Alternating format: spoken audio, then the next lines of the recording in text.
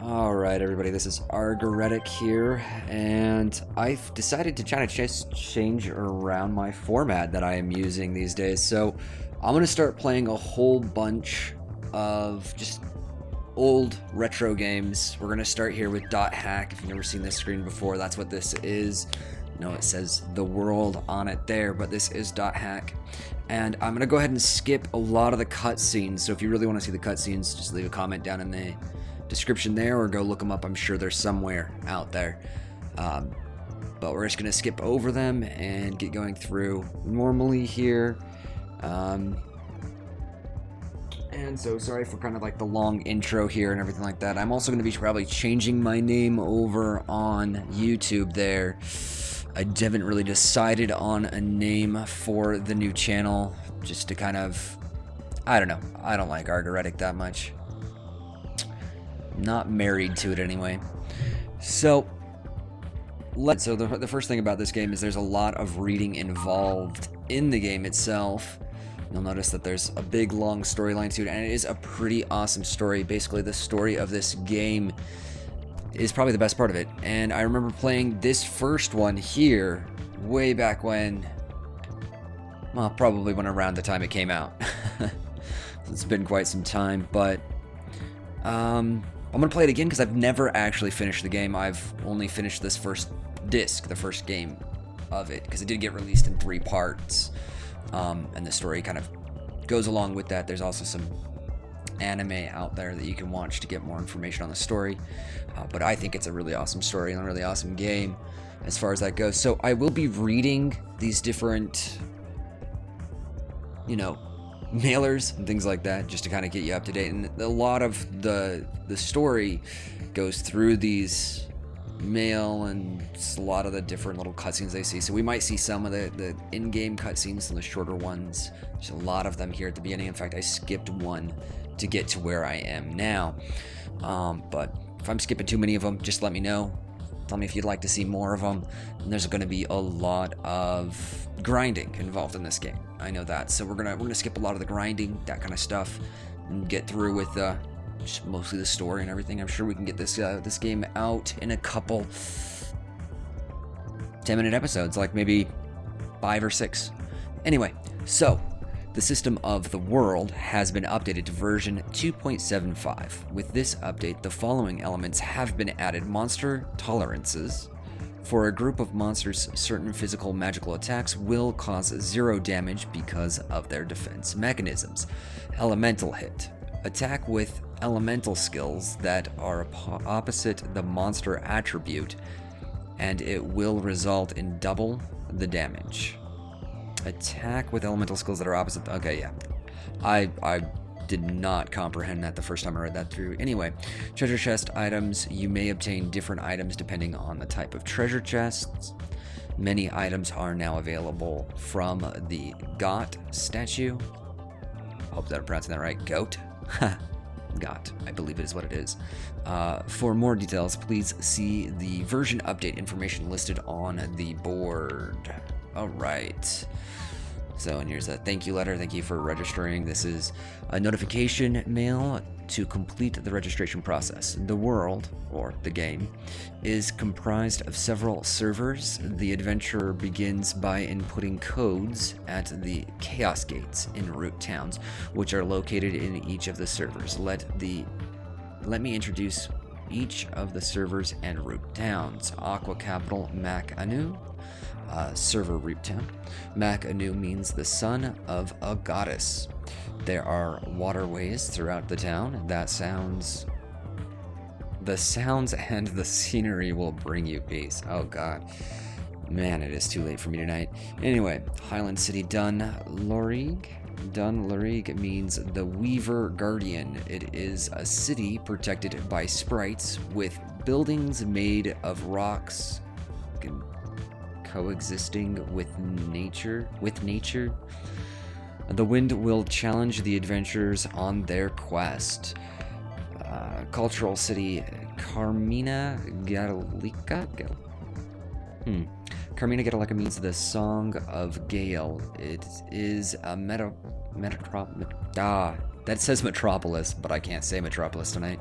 A fusion of science and traditional cultural knowledge. Aerial city Fort Oof. Fort Oof. Fort Oof means the Fort of Elves. It originated as a fort built in preparation for a war with Carmina Gallica, but since the peace agreement, it has acted as a watchtower for monsters. Relic City Lai-Fei means the Stone of Destiny. This city was a holy ground of the Tartarga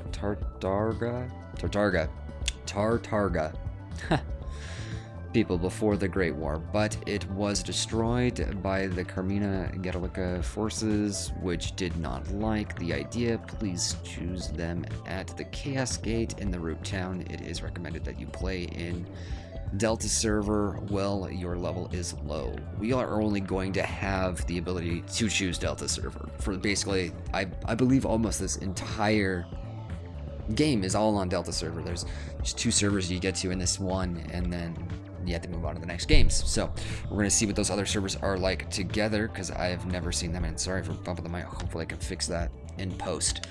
All right.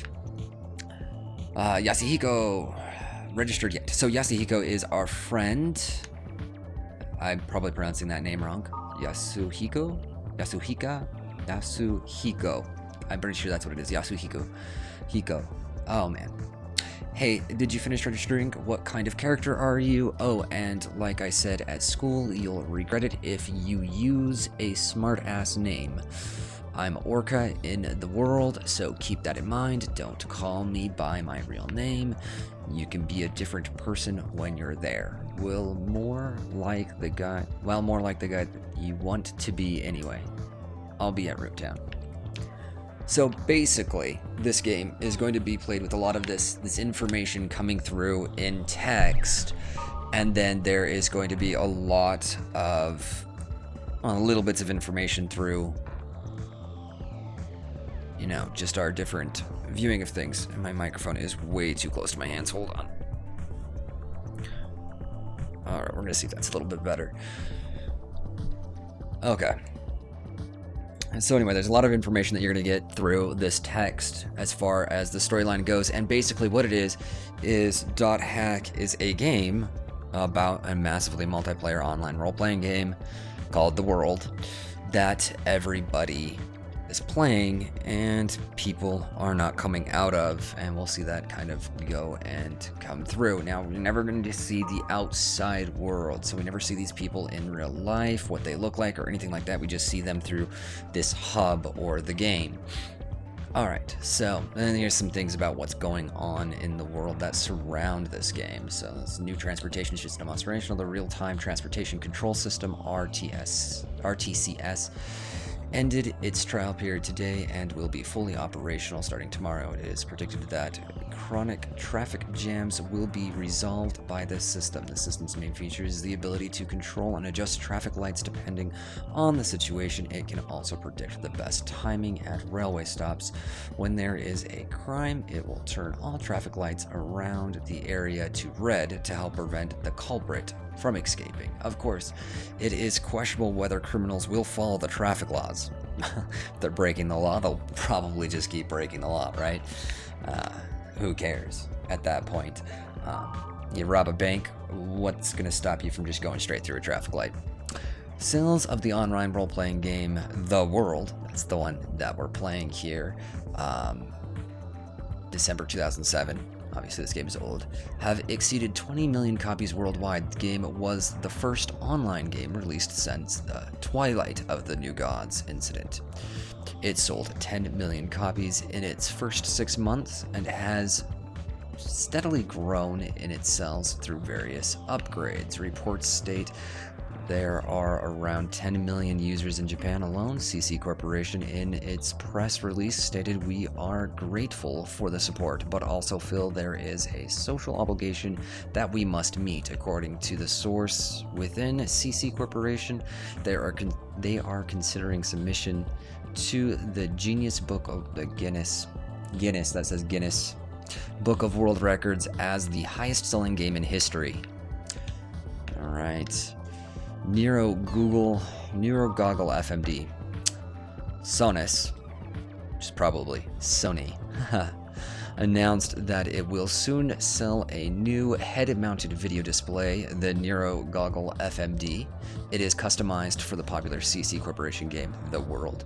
Retail price has not yet been set. Sonos Nero Goggle FMD looks kind of similar to something we're seeing today, huh? Yeah, not gonna mention. Okay. 0.49% error rate. The sound recognition device has evolved to the near perfection with a less than 0.5% error rate. When switched to chat mode, it recognizes the pauses by the speaker and translate them as ... The day may come when keyboards are obsolete. WNC official statement.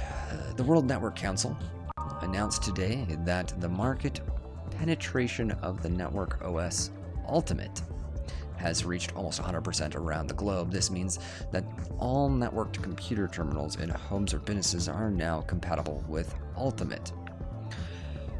WNC Public Relations stated that the Pluto Kit incident of December 2005 and the 2-year period following the incident, commonly known as the Twilight of the New Gods, is now only a page in history. Some officials state that after 6 emotional years of ups and downs, the new generation HyperNet plan proposed in April 2004 has finally been fulfilled. I think this game came out in like 2000 something, obviously low 2000s, I'm sure. I think it was supposed to be a futuristic world. So anyway, here we're gonna go ahead and jump into the world now. As I stated before, look, more reading. A whole bunch of more reading. We're actually going to kind of split that reading up over a couple different episodes because I don't want to just keep reading things for every episode, and we've probably got about 5 minutes left in this episode, so I want to... Member address is the flash mail address you can only access in the world. With flash mail, you can exchange messages with others in real time, as long as you are in the world. It's mostly used by newbies to contact other players to form a party. So here we go. By inviting me to join your We're party. going to be learning some different things as we go along. Open the menu. Of course, In the menu, select these are all party. pretty common things. I think I'm going to skip Next, mostly of the tutorial stuff for you guys. So it's probably all you're going to see. Okay guys, so I know that I'm still here in the tutorial. And I just wanted to come back and show you guys, this is one of the cool parts I thought of this game when I first saw it, is just kind of this ability to create your level or dungeon that you're going to be going to and playing. So there's a lot of different combinations you can make. They all basically are the same. But that's pretty cool. A little side note, one thing that kind of irks me about this game, every time that they talk, even though you hear exactly what they say, and it says it right down there at the bottom if you can't see, it says now you're done specifying the area, you still have to press X to continue through the conversation. I don't know why they don't just say it and then skip it. If I'm going to read it, I'm going to read it faster than they say it. If they're going to say it, I've heard it. I don't want to read it. Alright, so basically that was a ginormous waste of my time running through that stinking thing. Hopefully he doesn't have to do anymore. So you got these little like gold things. Dang it, I pressed the wrong button. Okay, he can just kill it for me. Jeez. Anyway, also another thing, your experience points are shared between all of your party members, so there's like no point in going out without any party members if you have the option to use party members. You can see he gets 1 experience point. I get the same amount of experience points whether he's there or not, 60 EXP. So, but these guys are way too low of a level for him. Obviously, he just keeps attacking them and killing them instantly. Obviously, I need to... Oh.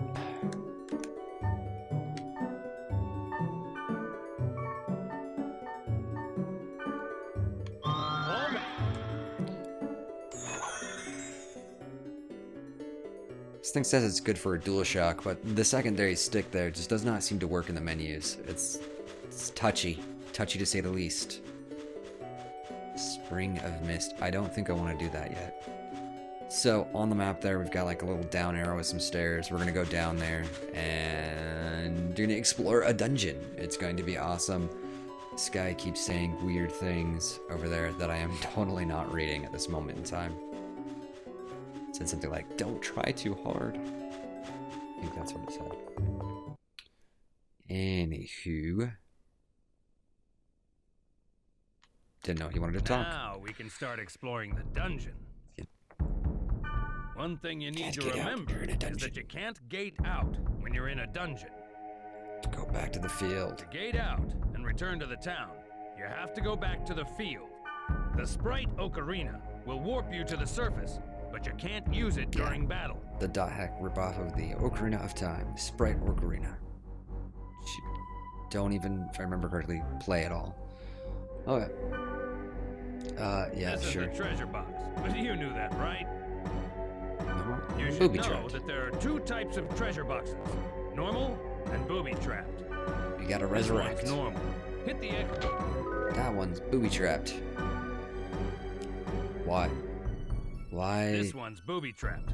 Notice a different color? Try to open it as is, and you're screwed. Just use the fortune wire on it. This item will disarm the trap. Just fortune wire. If they're booby-trapped, why are they blue? That's my question. See? That just means, okay, now I just gotta remember that blue ones are the ones I gotta use a wire or fortune wire on. Remember that, guys, because I will forget, and I will end up using the fortune wire anyway. It still ain't gonna work well. Weird things are gonna happen. I knew this thing was gonna be just filled or riddled with cutscenes at the beginning, too. So this episode's just going to be cutscenes and some reading, and it's going to probably be longer than the other ones. This cutscene's definitely necessary for the storyline there. What the? Did you just see that? Yeah. Was that thing chasing her? Yeah, but something like that on this level? Okay. So now we gotta go through this dungeon and get everything going. Alright. I'm gonna try to keep these episodes to about 10 minutes. Oops, walked right into a wall. Just checking my clock, guys. Alright,